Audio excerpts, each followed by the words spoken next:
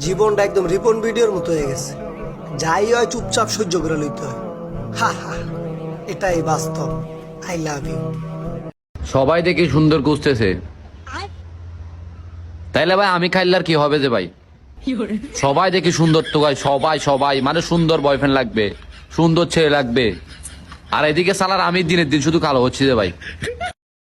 আমার ভিডিও দেখে যদি আপনার খারাপ লাগে তাহলে আপনার পুরো অধিকার আছে আপনার হাত থেকে ফোনটা আসার মার। হ্যাঁ ভাই আমার একটা ভাই বন্ধু আছে ভাই, এতে ভাই পরীক্ষা চলাকালীন ওয়াশরুমে যাবে, তারপর ওয়াশরুম থেকে আসার পর ভাই এতে ভাই বড় জ্ঞানী ভাই, মানে এতে আশেপাশে কেউ থাকতে পারে না ভাই, মানে এতে ভাই এত লিখা লিখে যে ভাই, মানে এতে বড় জ্ঞানী ভাই, মানে স্যার থেকেও বেশি বড় লাগে করছে ভাই। প্রেম করি না, এটা একটা কষ্ট। সবাই ভাবে যে আমি প্রেম করি, এটা আরো বড় কষ্ট ভাই। আমি যাকে বিয়ে করব তার প্রতিটি দিন ঈদের মতো হবে, কিন্তু সেটা হবে কোরবানি। শুধু কুপাকুপি, শুধু কুপাকুপি। আরে ভাই চিল করো চিল করো, কিসের এত প্যারা ভাই? লাইফটাই তো নষ্ট হয়েছে তাই না? তোমারও লাইফ নষ্ট, আমারও লাইফ নষ্ট। চিল ভাই চিল, প্যারা নাই, চিল। আকাশের রং নীল, এত টেনশন করে কি লাভ? একদিন তো মরে যাবা, চিল করো ভাই। আমার কারণে মোবাইল নষ্ট হয়েছে, আর মোবাইলের কারণে আমি নষ্ট হয়েছি, মানে দুইজনে একে নৌকার মাঝে ভাই। আসলে ভাই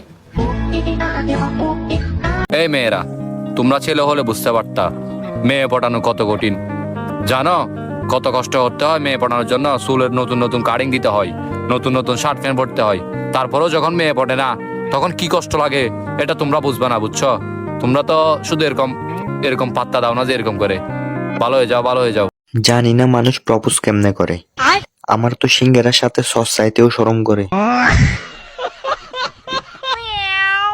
যখনই ঘুম থেকে উঠি তখনই দেখি 12টা বেজে গেছে, হয়তো গরির নয়তো জীবনের। মানে বুঝতেছি না ভাই, আমার জীবন ভাই পুরা তেনা তেনা গেছে ভাই, পুরা পুরা ভাই তেনা তেনা ভাই। ভাই লাইফে এখন এতই কনফিডেন্স বেড়ে গেছে যে মানে এখন পড়ালেখা করা ছাড়াই পরীক্ষা দিতে যাই ভাই। মানে পড়ালেখা টড়ালেখা এগুলো ভাই নাই, এগুলো আমার জন্য আসে না ভাই। ডাইরেক্ট পরীক্ষা ভাই আমার জন্য, সোজাসুজি ডাইরেক্ট পরীক্ষা ভাই। আসলে ভাই